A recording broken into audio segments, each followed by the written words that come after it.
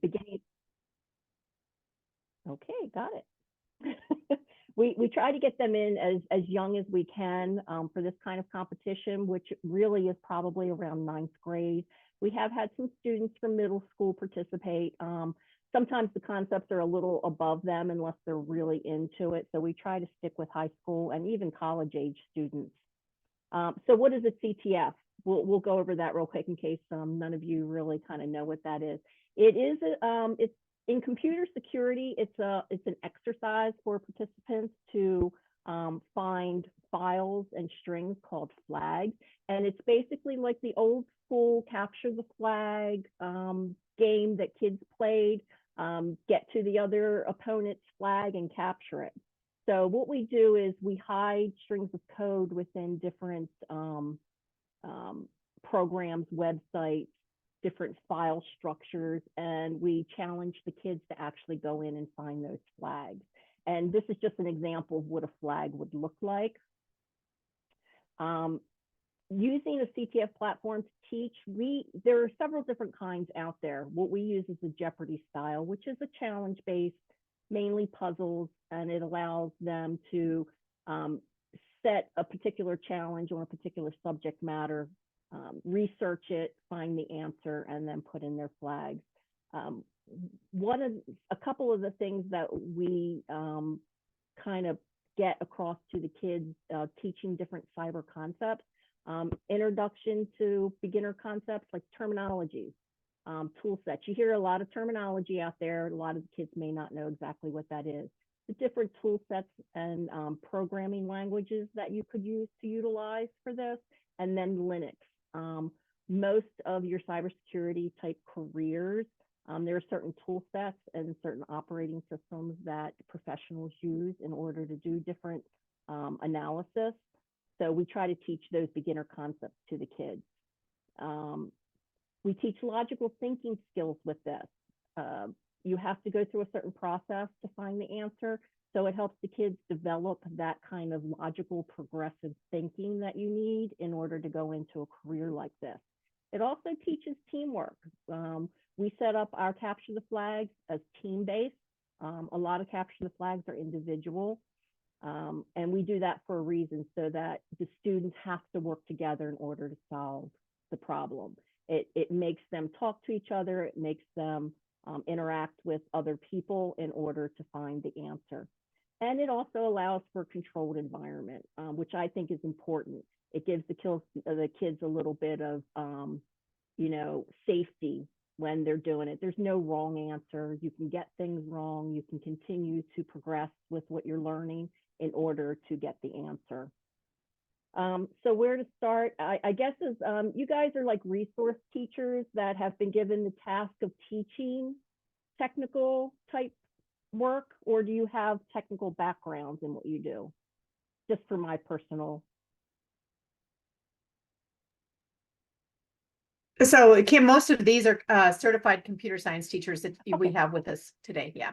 Okay, so they're skilled. Yeah. The reason I asked is because we have a lot of resource or technical resource teachers here in Maryland that aren't necessarily technical. They've been given the task of learning certain skill sets to be able to teach some of the kids those skills. With Capture the Flags, it's always good to have a mentor or a coach that actually has an understanding of certain skill sets. Linux operating system, Python programming, data conversion, file formats, understanding networking concepts, IP addressing, packets. These are all things that are kind of needful when you're teaching the kids these things. So I just put a list of some subject resources here for the teachers if you want to look into it a little more. Most cyber professionals in the career base use a version of Linux called Kali Linux.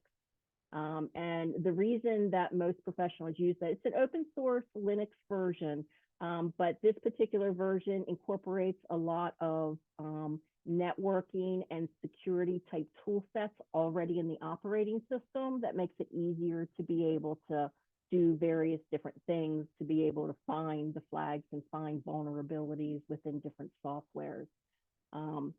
Python is the big programming language that most cybersecurity professionals use. So we do a lot of focus on Python programming. You're always going to have your different programming languages out there, Java and all the other programming stuff that goes with it. But most things are done. Python is a very user-friendly, low-entry type of programming language, and I think that's why a lot of people use it. For beginner users, I mean, basically online conversion tools, there's a lot of stuff on the internet. So kids, trust me, half of these kids are smarter than I am at this point in time. So they know where to go to find this information. We also have a resource page on our website that will link you with a bunch of different resources for getting into understanding the different tool sets for capture the flag competitions. And we also, as part of our competition base, we actually have an instance of Kali Linux that you can download during competition. If, say, for example, you do not have your own Linux install, you can actually use one from our website. So we actually include that as part of our platform for students that want to be able to use Python to run scripts to get the answers to the challenges. Depending on the age of the student, your higher level college students already have these kind of installations ready to go. But for beginner base, this allows them to have a little taste of Linux operating system and the different concepts that you can use with that. So that's something that's actually embedded in our platform. I don't know if you guys have experience with other CTFs. They usually don't have this kind of thing in their systems. And then I just wanted to share with you kind of the puzzle examples that we kind of use. For example, this is one of our level 0 puzzles. We level our puzzles. So I think I have that somewhere here. So we actually level our puzzles, and we do that for a particular reason. So when a student comes in, they can get points on the board. There's nothing worse than a student coming into our competition and they don't get points on the board because they can't solve any of the puzzles. They're too hard. They're not understanding the whole process, and it frustrates them. And we've learned that with some of the 7th and 8th graders, 9th graders that we've worked with. So we've actually leveled our puzzles so they can get points on the board. Level 0 is basically if you know how to Google something, you can find the answer. And then we raise up to level 1s, 2s, and 3s. Our level 4s and investigation puzzles are actually real world forensic puzzles that we have some of our cyber professionals create for us. We have several mentors that actually work in the field, and they create those puzzles for us. And they're actually pulled from real world examples. So I just wanted to give you kind of a concept of what the puzzles actually look like. So in our competition, it pops up with a puzzle or a challenge, and you have to figure it out. In this particular instance, we have a text file that you have to look at, which we include with the puzzle. And then if you open it up, and it's a text file, so you can open it up in anything, Notepad, Word, you know, what's the Google equivalent, Notes. And it actually shows you just a bunch of numbers. We know that that's a hexadecimal, so we need to convert that so it's something that's understandable. So you could actually find, and you can search on Google, you can do a hexadecimal to text conversion software, and it'll pop up with a bunch of different ones, and you can choose any free one out there. Our platform also has what's called CyberChef, which is a bunch of these tools already built in for kids to use. So if anybody has questions or they kind of don't understand, go ahead and just, you know, grab me as you go along. I know I talk too fast sometimes. And this allows, go ahead. Kim, I was just going to ask you, you've got some wonderful links here within your presentation. Are you able to share your presentation with us? The reason I'm asking is I'm trying to frantically write down some of the links that you have here, because a lot of my computer science 2, computer science 3 kiddos would be really interested in doing this competition because we've Right. already learned some of these things already in class. Mhm. So is that a possibility? Oh, absolutely. Yeah, I Okay. can make sure that I can send you a copy of this. This is just a quick put together CTF Oh, thing, okay. but I also have an actual resource guide that I can send you.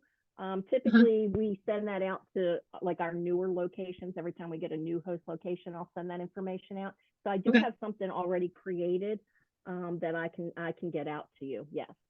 And then another thing I have a question too. So like our school is using a type of AI tool called Magic. Is that also your company? No, it is not. It is not. We Oh, are it's a different, actually, okay. yeah. You can search up Magic and it's a lot of different places. That's Okay. actually an acronym for us. We're actually called Oh. Mid-Atlantic Gigabit Innovation Collaboratory. I know it's a mouthful. Oh, That's why we okay. go by Magic. Okay. Okay. Yeah. Because I was just wondering, if it was the same company, I could just go to that account and just look for it. But since it's Yeah. different, I'll just wait for you to send No, out the they're link to your actually presentation. different. Right. Okay. Thank Yeah. you. Sure. Um, so again, these are just different examples of the type of puzzles we do. And this is actually considered a level 1 puzzle. And it gets the kids understanding data formats. It gets them understanding the different types of conversions that are out there. So usually what we do is we'll have a question or two in a level 0 puzzle with a particular theme or concept, which we build upon as you get into more levels. So I might actually do a question or a puzzle about data conversion in level 0, and then we'll actually do a data conversion puzzle in level 1. And then in level 2, we might actually up that by now you have to take that data conversion tool, create a conversion to text or binary, and then you use that code to actually solve the problem. So some of these are 2 and 3 part steps that just builds upon what the student's learning. And again, it's as easy as we did a conversion of it, and actually the conversion in text mode is here is the answer, and then you would actually enter that particular flag into your challenge question, and then you would get the points after you submit, and it would tell you whether it was correct or not. And one of the things we do that a lot of CTFs don't is they limit the amount of answers you can provide. For example, they may have, you could only answer this question twice, or you can only get it wrong twice before you can no longer answer it and you lose the points. We don't do that. They can answer it as many times as they need to get the correct answer. So if they come up with the wrong answer the first time, they don't lose the puzzle. A lot of your higher end CTFs will actually do that. They won't allow you to answer it more than once or twice. We do have some puzzles that we actually have limits on because they're multiple choice. So you have to limit them to a certain extent. And then this is a level 1 puzzle, which as you can see gets a little bit more involved.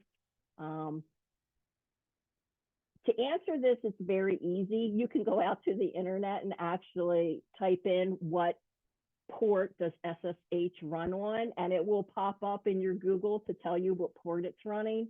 But another way to do it also is there's some scan software that you can use to actually run out, because not the default port is 22, which is what the answer to this question is. But some companies do and can change their port numbers. So in a particular forensics case, for example, I'm scanning someone's port to find out what SSH is running on. They may have changed the port from 22 to something else, and I wouldn't know that just by looking at the packets that are coming through that port.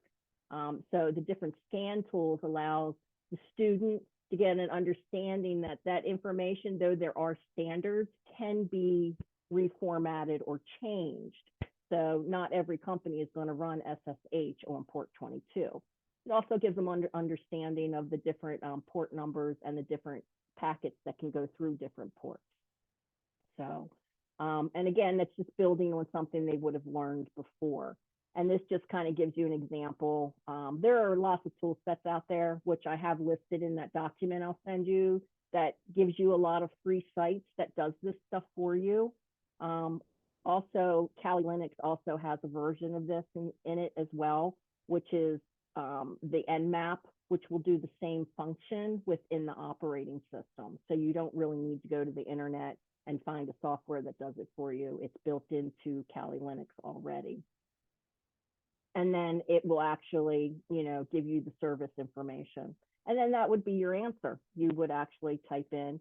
One of the things we do with a lot of these questions and challenges that we do is they are asked in a certain way. And a student really has to read the challenge in order to understand what the format is and what we're asking for as far as the answer goes. And that does mess up kids sometimes because they read it quickly, think they know what the answer is supposed to be, and then they have to go back and redo it again because they're not reading the question. And as a parent, I mean, I know all of you do is, actually read the directions, kids. So that's kind of what we're teaching them, is to be thoughtful in what they're doing, and when they're doing their investigation, to really be thorough in what they're reading. We did the puzzle level. So that's basically it. If you wanted to take a look at the actual platform, you can go to online ctfmagic.org. That is our competition platform. You can't log into it right now, but you can actually see it's run in a browser. There's no downloads. There's no instances that you have to create. There is no desktop version that you have to download in order to run. So students can use almost any piece of equipment that will run a browser. And it's tested on all browsers except for Firefox. So it doesn't work on Firefox. But Edge, Google, Chrome, any of the others, it will run on. And we did that back in 2020. These used to be actual, you'd have to download the desktop version and actually do the competition on the desktop. But when the pandemic came around, we decided we needed to be more fluid, and we needed to have this be able to run, because most kids don't have top of the line computer equipment at home.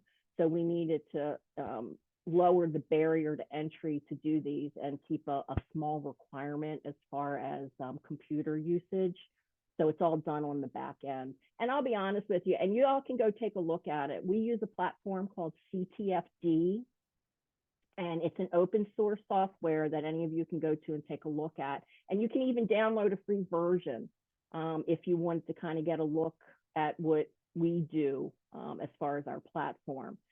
We've done a whole lot of back-end development with it. So we have separate databases. We do a lot of load balancing. We do a bunch of other back-end stuff, and we've developed probably, I guess, close to 500 challenges. So which are pretty decent amount of challenges, and we just keep building them every day.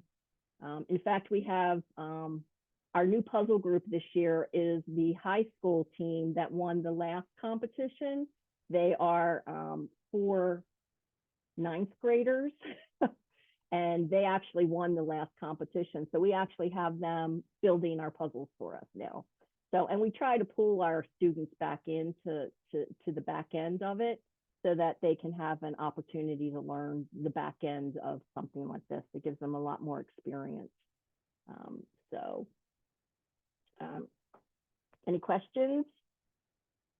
I mean, I think it's cool for the kids. I advocate it only because I guess, the kids today, gosh, I sound so old when I say that, the young whippersnappers today, but everything is gamified these days. And it seems like that if you don't catch their attention with something that's constantly moving, they kind of lose, I guess they lose interest and want to move on to something else. And I think that what this does is allows them that little bit of change, and they're still doing it. We have kids that come back. We've had 9th graders come back, then they come back as 10th graders, 11th graders, and 12th graders, and they continue to come back and they get better and better. And that's what we're looking for. We're trying to get that spark going to find something that is of interest to them. And it doesn't have to be cybersecurity related. A lot of these concepts work well, as you guys know, in any kind of technical aspect. Everything uses technology today. So I, for this is my second career of doing this. I worked in IT as a network engineer for 35 years for a bank.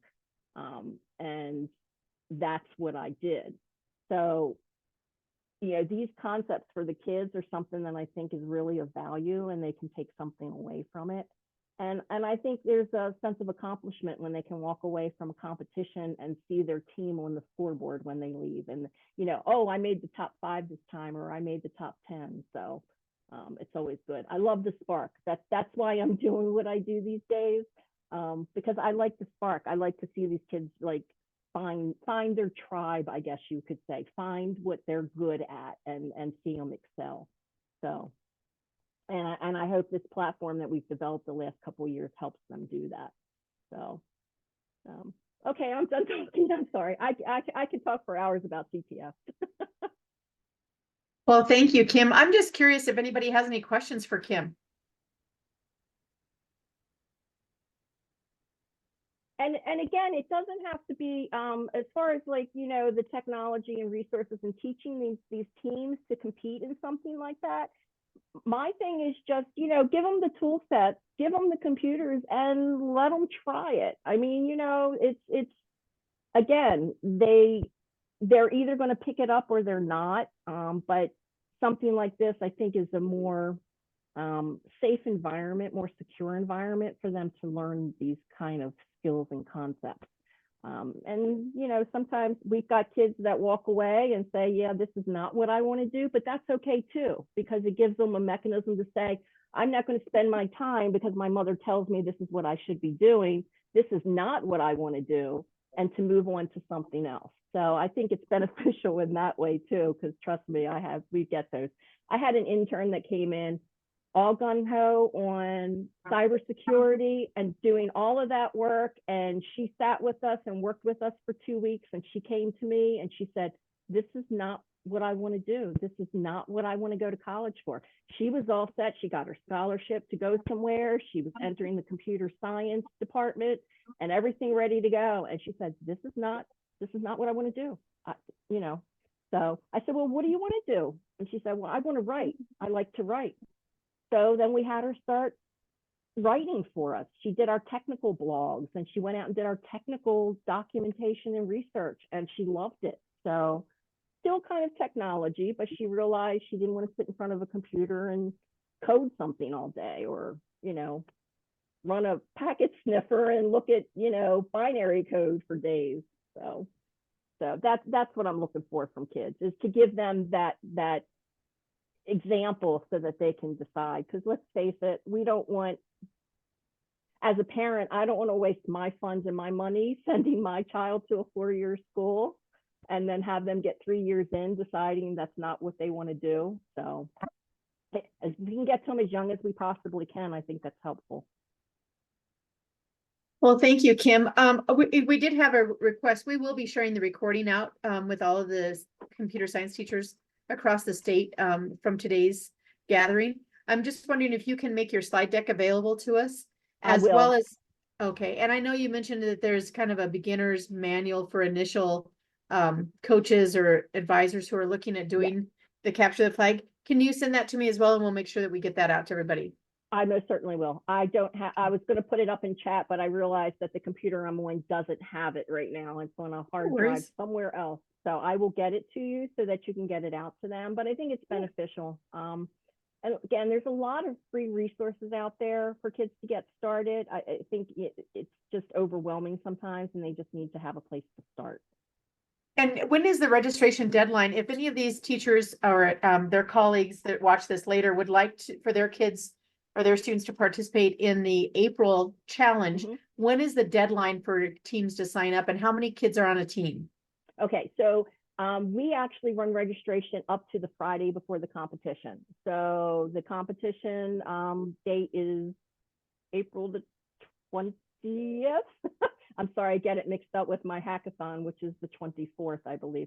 So I think it's April the 20th is the actual date. And we go right up to the Friday before. So you can actually register. There are 4 students to a team. And each team consists of 4 individuals, and that's the total max for a team. but you can submit more than one team. So if you have 8 kids or 10 kids, you can split them up into 2 or 3 different teams. Yes. And is it done usually during class time, or is it like, is there a window when it's open, or does everybody get on like at 4 o'clock Eastern Standard Time, or? Nope, everybody gets on at the same time. It's a Saturday competition. For you guys, there's a couple hour time difference. So it actually starts at noon Eastern Standard Time. So that would be what, at 10 o'clock for you guys? And everybody starts at the same time, and it's a 3-hour competition. So it starts at 12 and promptly at 3. We usually do some back end checks just to make sure there was no inadvertent accidental cheating going on. We can look at that by solve rates, and our system kind of collects that information so that we can do. And then we announce the winners right away. We give each team first, second, and third place Amazon gift cards for participating. So your first place team will get a $100 Amazon gift card. Second place gets a $50, and third place gets a $25, and that's for each individual on the team. So a little incentive for them to get out there and try their best. And then, you know, we do, for any of the teachers or teams that want it, we can pull the statistics from the competition for them so that they can go ahead and look at like the team solve rates, what questions they got right, what questions they got wrong, how many times it took them to answer a particular question. And sometimes that helps the teacher, if you're learning a particular concept, helps them narrow down where they might be having issues or things that they might need to go over with them, or, you know, reevaluate how they're solving those challenges. And are there different age categories, like junior high, high school, college? Nope, it's high school and college age. We do have some parents from middle school asking if their kids can participate, and sometimes I let them just so that they can understand the whole process. But no, it's high school through college age. They all participate, no age ranges. And trust me, not this past CTF, but the CTF before, we actually had a professional team come in from one of our cyber companies, Rapid7. They're a cybersecurity company in Virginia. And they actually came in, they brought in 4 of their newbies, they call them, their junior associates to participate. And let me just say that a high school team from one of the high schools actually beat the pants off of them. So it's not necessarily has anything to do with age. That's awesome. Yeah. Have any of you competed? Have any of you had students who have competed, or teams that have competed in Capture the Flag? I'm just curious. No? No. I know that Laura, oh, you have, Krista? Yeah, Okay. we've done the Cyber Start for the last, I don't know, 5 years, I think. Right. And Yeah, is that and through Magic? There are a lot of good ones out there. No, that's through SANS. It's a different one. Yeah, it's a different but one. yeah. Well, I do know that Laura Baker from Cyber Alliance and Cyber Wyoming is putting together in trying to get teams to do this April contest. And Cyber Wyoming is providing pizza to each of the teams who participates for that Saturday.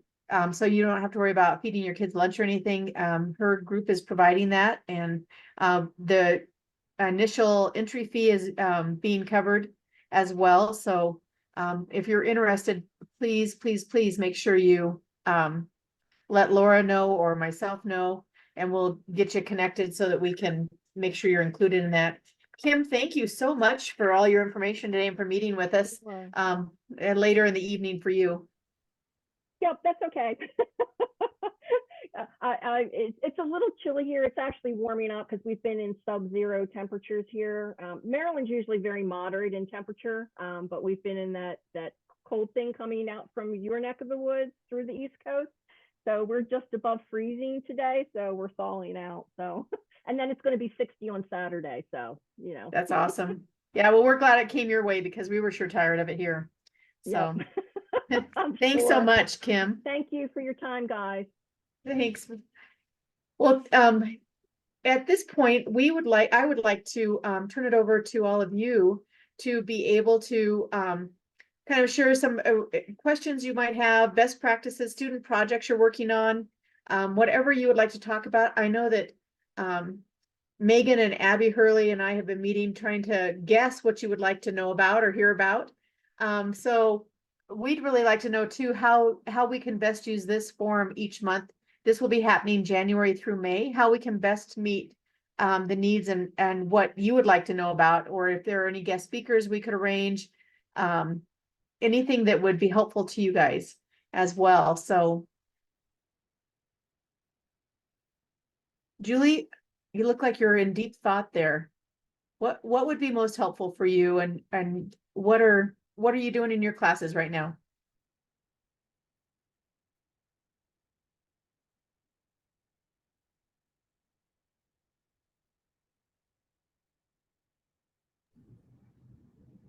Julie Snyder.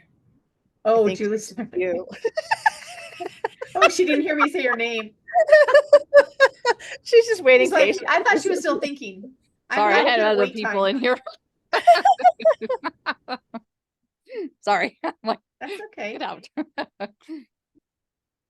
So what kind of projects are you guys working on right now with your students, or what are you doing in your classes?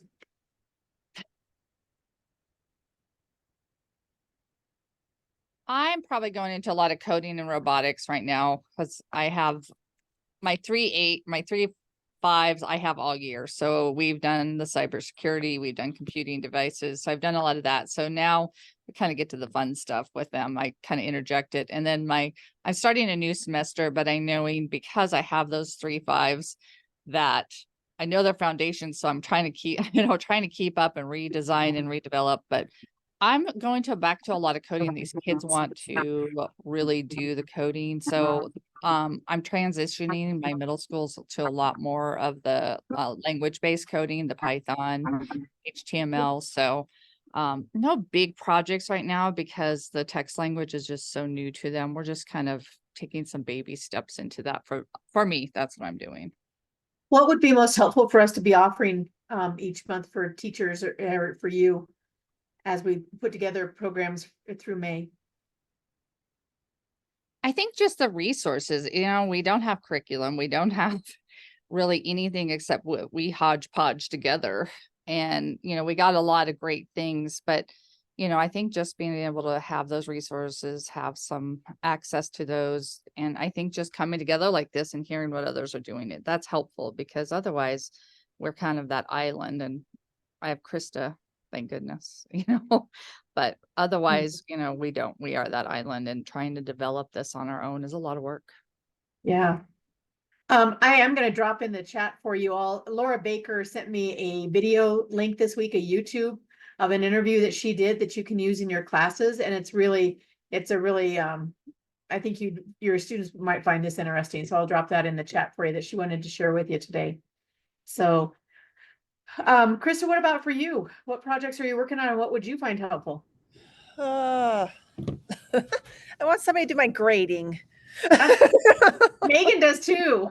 Yeah. Well, Megan maybe should just do my grading. So anyhow, I just want you guys to know that I officially got my grades posted with 1 minute to spare for the semester. Nice. I've never cut it that close, but I did make it with 1 minute to spare. I believed in my brain that if I called and was like, hey, I'm going to need like 10 extra minutes. They're like, no, it automatically closes. And I was like, well, that's unfortunate, but I made it, team. Yay. So as far as what we're doing, I've got all sorts of stuff going on in elementary land. It's algorithm sequencing, programming with all of the littles. We've been using some robots, some Scratch Junior, some Minecraft. So all of that fun stuff. And then as far as at the high school, I have, my gaming concepts kids are working on games and we're using HTML5. And so we're getting going with that and gaining some speed. And then my upper level game design kids are in the throes of their last part of the semester to build their games out. And then this year we started a new class called Emerging Technologies, which has been a lot of fun. We've done kind of some different just a smattering of technologies, you know, just because I think kids don't have enough time to spend just exploring all the different things that are out there. And so we did some cybersecurity. We're finishing up with the Cyber in a Box challenge. My kids are making videos for that. And then we'll go into this last part of the semester, we'll go into a unit on AI and understanding that with some machine learning and then testing out tools and creating chatbots. And so it's been kind of a whirlwind and it's crazy. It's almost February. But as far as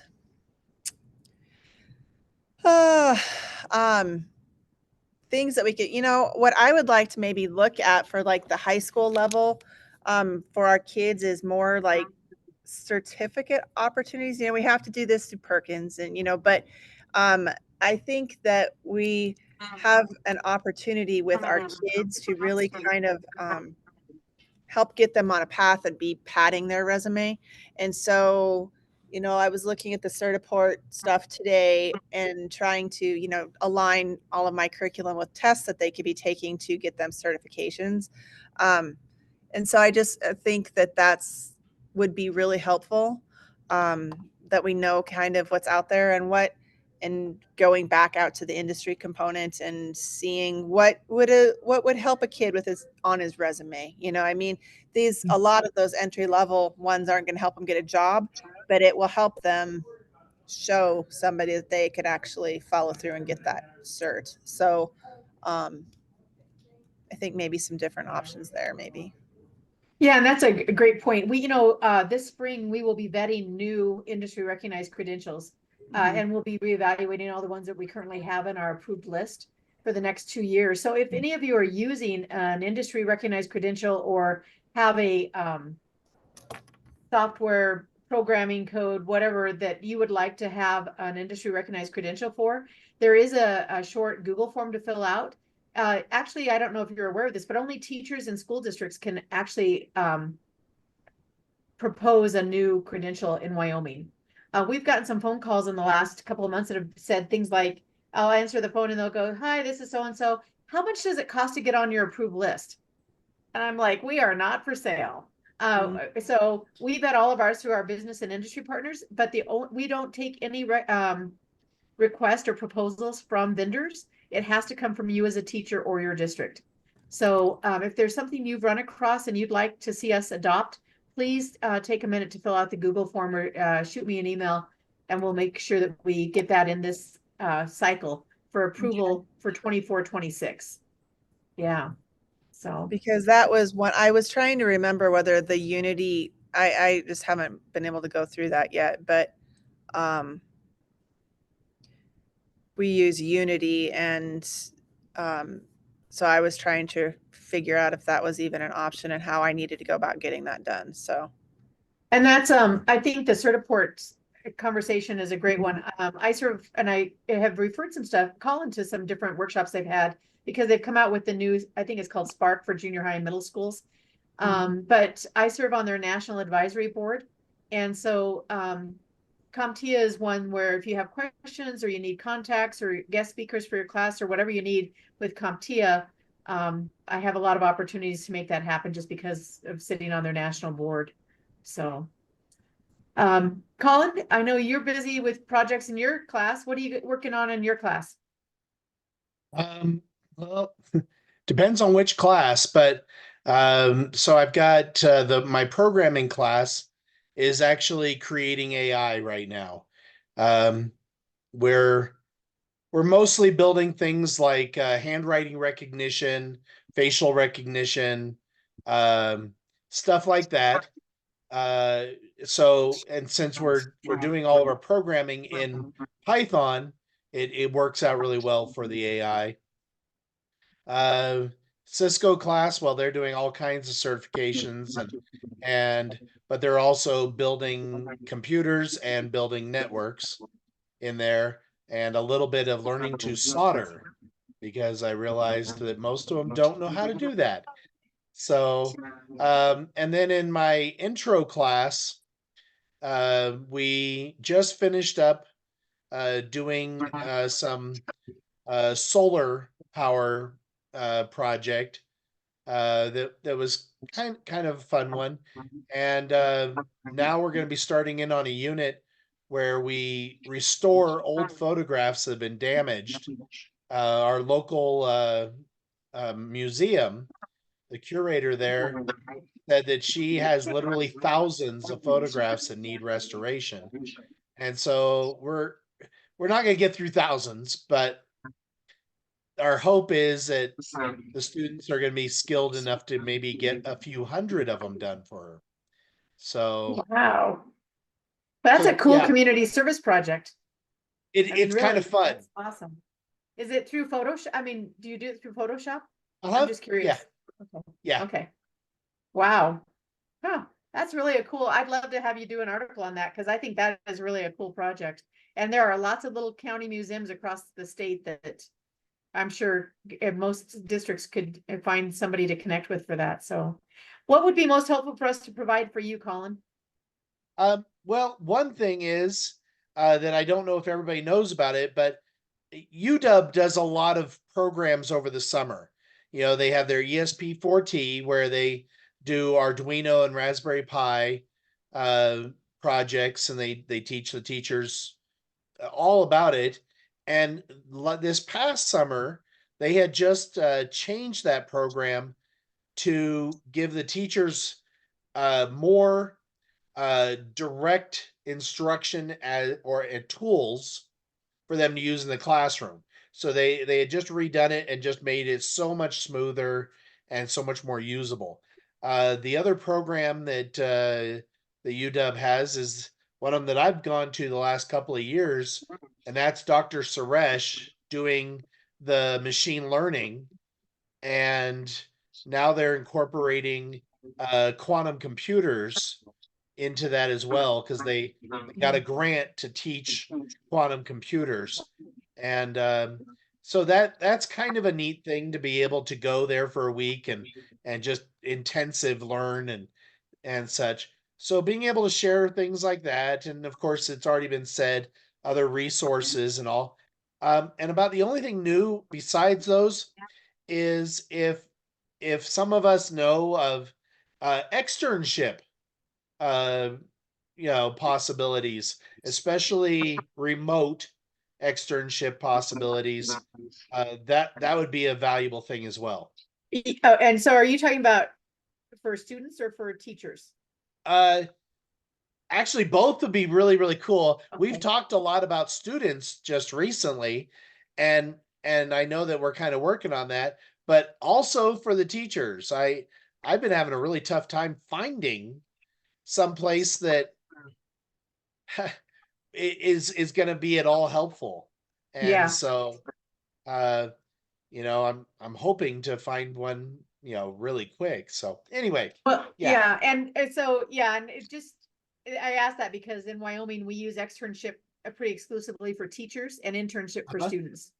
But we may need to have a conversation because quite honestly, computer people get asked to do a lot of things in your community, like develop websites, do all sorts of things. And you're doing that right now as a community service a lot of times. And that's something you can actually use as your externship. And we can capture, as long as you're not doing it as like a self-employment piece, or for, where you've made your own little company and you charge people for it. You can actually use that as your externship piece. So let's talk about that, Colin, because you're Very probably cool. doing it Thank you. already. Yeah. That's awesome. Yeah. So Terry, what are you doing with students and what would be most helpful for you to know? So right now we're working with Make Code Arcade. So we're teaching the 7th graders how to make video games through that process. And then my 8th graders were doing Code HS with HTML and CSS. And then second semester we worked with Prime, the Lego Prime set, and building the projects and coming up with different presentations of how to solve problems. And that's what we did last quarter, and that's what we'll do this semester too. That's awesome. What would be most helpful for you for these calls going forward?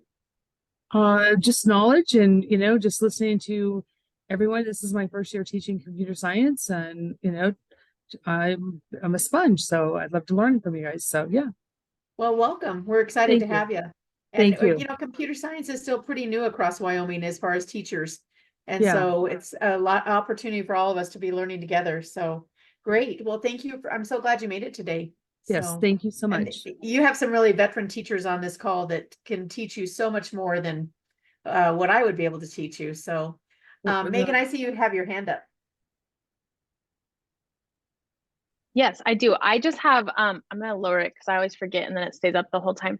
I just have a quick question because actually CSTA Wyoming has been really talking about trying to get like a resource platform put together for teachers, especially because like Michelle talks about this and she's so spot on. And computer science, I think, probably one of the biggest ones where we are like singletons a lot of the time and we have a hard time walking across the hall and getting resources, as in we can't. And so we've talked about what that could look like, but what we find ourselves doing is like kind of talking ourselves in circles of what is the best way to do that. And I've heard almost all of you say today, like resources, like we love resources, and I do too, but I find that even like sitting in a meeting and all of us bring them together, like I not only want to hear about them and see them in a meeting and a platform like this, but then I need to be able to find them again because, well, I just completed grades a minute before they were due. You can tell what form I live my life in. So I need to be able to find them again.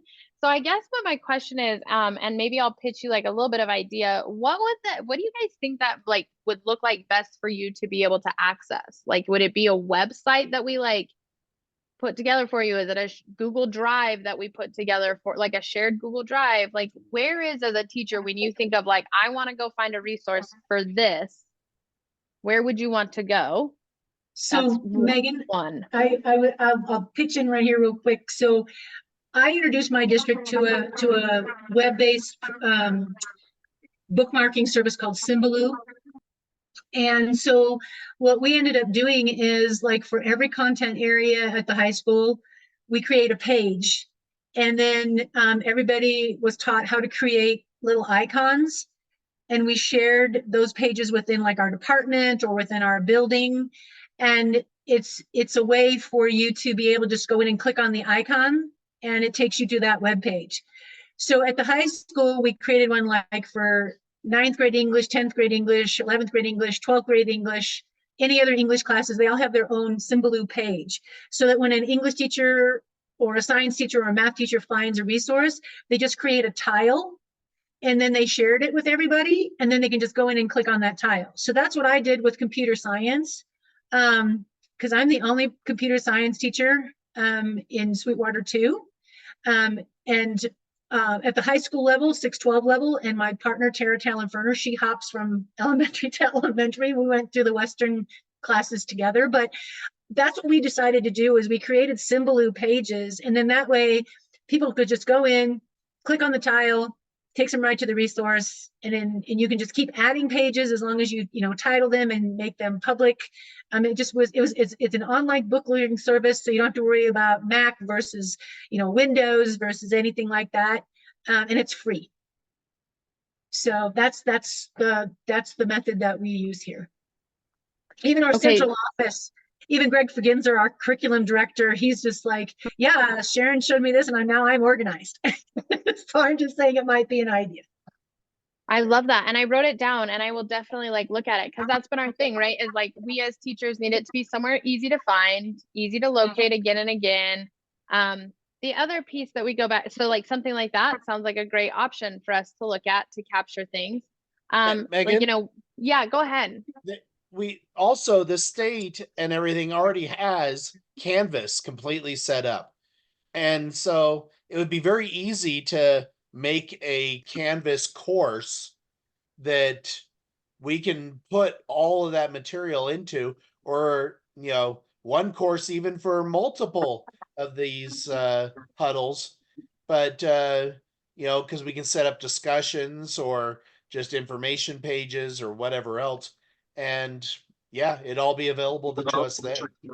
We also have Open Range, which is our open educational resources. I'm just always hesitant sometimes, Colin, to because I just recently told somebody, well, we have the support person with Canvas and, we get pre-training and yada, yada, yada. And then I found out that we cut that, that we no longer contract for any of that. So all we have is the Canvas page. And we have Stephen Priest now, who is that's only a small piece of his job, is to help people with Canvas. So I'm always hesitant to put all of our eggs in one basket, so to speak, if it's something that Agreed. the agency has to support and pay for, because funding, as you know, kind of ebbs and flows. So, but the open education, open range might be a possibility as well. And we could put Canvas pages in there. The Symbaloo, it sounds like, I mean, that's something we could also put into open range or have available. So whatever you guys decide, we would love to know, because we'd like to be able to replicate that for other content areas. I love that. And then can I ask one more question as we're all brainstorming together? Because this really is something we've all been just like muddling over, and we keep just being like, okay, we're going to come back to this because we want to do it. We just don't know how. What would be the best way then to have, so like Symbaloo sounds like, and you can correct me, do we, can people just add when they have a resource? Because this is the other piece, right? Like, we want people to be able to easily add something, because if it's too difficult, no one's going to take the time to do that, because none of us have time. So it has to be so if you would something- like, you got a minute, folks? I can share my screen real fast and I can show it to y'all. Sure. Okay, so right here, hopefully you can see this is my Symbaloo homepage.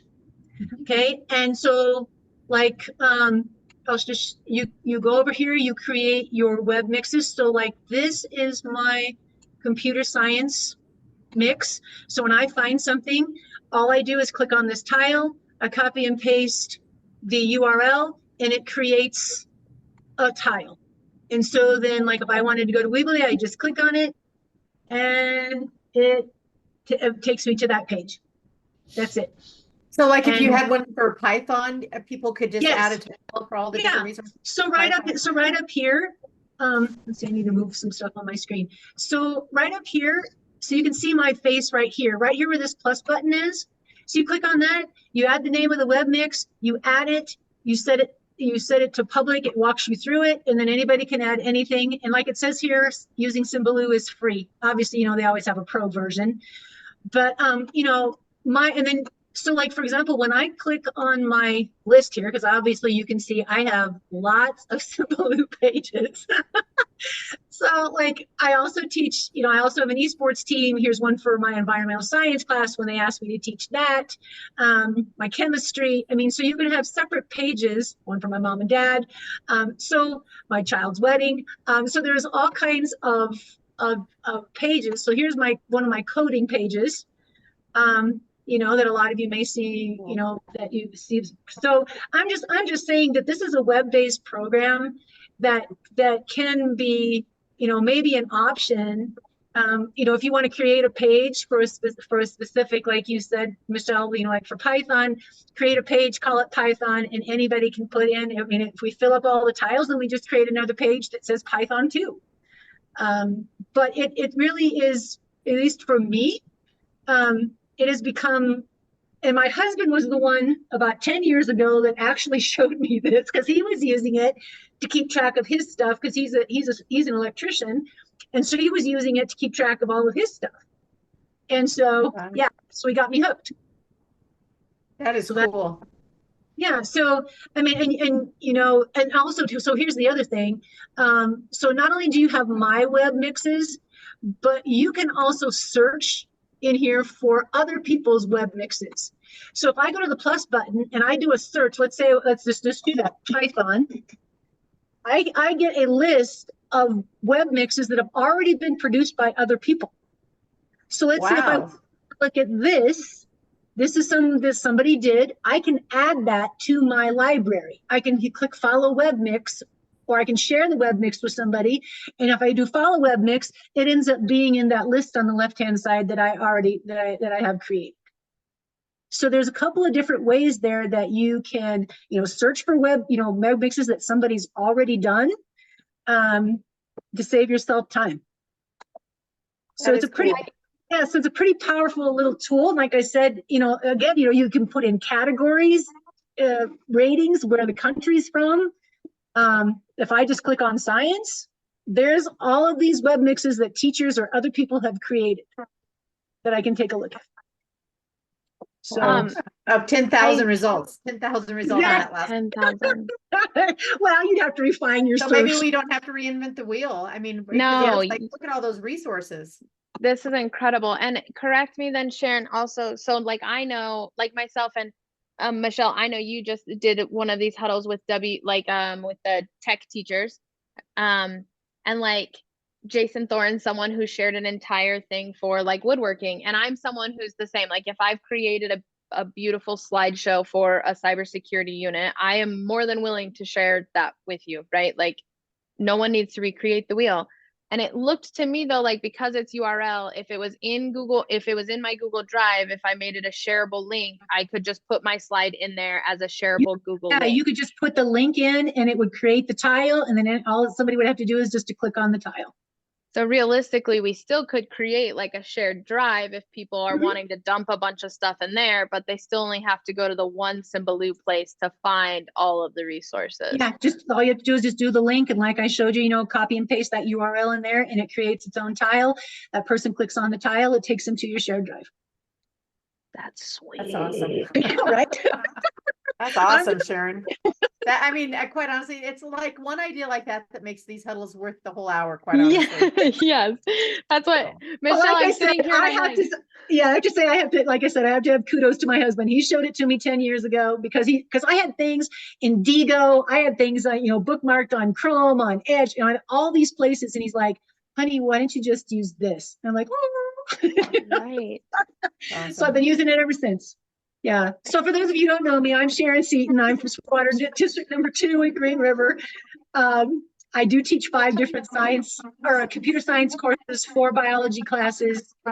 I'm just kind of a jack of all trades. We just started design in CS2. We just started Java programming, and we're doing machine language with programming logic boards in CS3. My robotics course is a First Tech Challenge competition team. We started on that.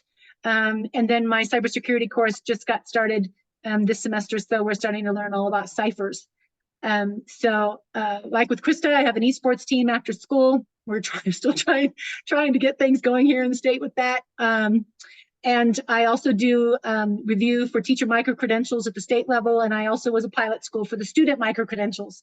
So lots of good stuff going on in our state. And thank you, Michelle, for putting this huddle together, because there's nothing like talking to somebody else who teaches the same thing you do or speaks the same language you do. Yeah. Well, and I don't speak a computer language, so I'll just be the facilitator. But I did want to let you guys know, if you're doing esports, I don't know if you guys are aware of this, but LCCC has a college esports team that has just won 3 national titles in 3 different programs. And I went to a booster club thing where they actually use a booster club now to help support esports. And they had their esports teams, they were announcing the things that they had won, their national titles. So really some cool stuff going on with esports. So if you need some contacts, let me know at LCCC. Megan, I think you're the only one who didn't get to talk about your student projects that you're doing, and if there's anything you'd like to see specifically. That's okay, because I'm so excited about that I feel like I just really got everything I needed today. Because I want that for far more than just computer science, but that's a whole different Me too. thing. I'm like, that's completed a whole thing for me. I feel like that's for all of the huddles. Could I have all that anyways? We're also kind of diving into some robotics stuff in my classroom, my high school class, for the first time. It's brand new this year. And so I had 2 sections of it last semester and 1 this semester. We had first time we've ever offered high school robotics, and we had 74 kids sign up or something like that for the first time through, which has been very exciting and very stressful, but it's been wonderful. So we're dipping our toes in that, and I'm definitely looking for that. And then I am also always just digging for resources, because I feel like you guys are saying we hodgepodge things together, which is wonderful, but fully aware that what I can hodgepodge is probably not as great as we all can hodgepodge together and come up with. So that's always kind of what I'm looking for. And always what I feel like I benefit meeting with everyone with. So I just appreciate that and everyone coming together to share those. I am also like, I teach AP Computer Science Principles and AP Computer Science A, and then a cybersecurity course and some intro to business. That's new for me, which is really fun. And so I kind of dip my toes in everything as well, like Sharon said, and it's a lot of fun. I started a brand new course called 3D Programming JavaScript. It's not new to the school, but it's new to me. JavaScript isn't, but 3D, the course is. So I can't tell you any more about it yet than that because our new semester started 2 days ago. But next time I'll let you know. You're a day ahead of the students, right? And I'm a day ahead right now. Like I'm treading water. Yeah, I get it. I Yeah. get that. Really, I thank you so much, Megan, and thank you for helping you and Abby helping to get this set up and going. I did want to ask you guys really quickly. Eric, how many of you are coaching robotics or planning to have students compete like at Skills USA or in a robotics competition? If it would be helpful to you to have Janie Wilcox or somebody who has been doing the robotics to do the tips and tricks of how to prepare students for the robotics competition, would you find that helpful? Yeah, this is my first year with Skills USA.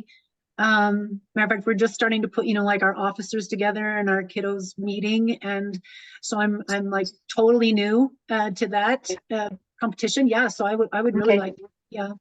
Okay, great. And then I did want to just mention to you that March 1st, in case you don't make it back to the February meeting, March 1st, the professional development grants will open. So if you're wanting to go to a workshop like what Colin described at the University of Wyoming, if you're in a Perkins district, please apply for one of those professional development grants. They're up to $2,500 each, and you can use them for a training course in Python. You can use them for a camp, computer camp, whatever would be best for you to use it for. And so that will be open March 1st through April 30th. And so that is 2 months earlier than normal. So I just want you to all be aware of that.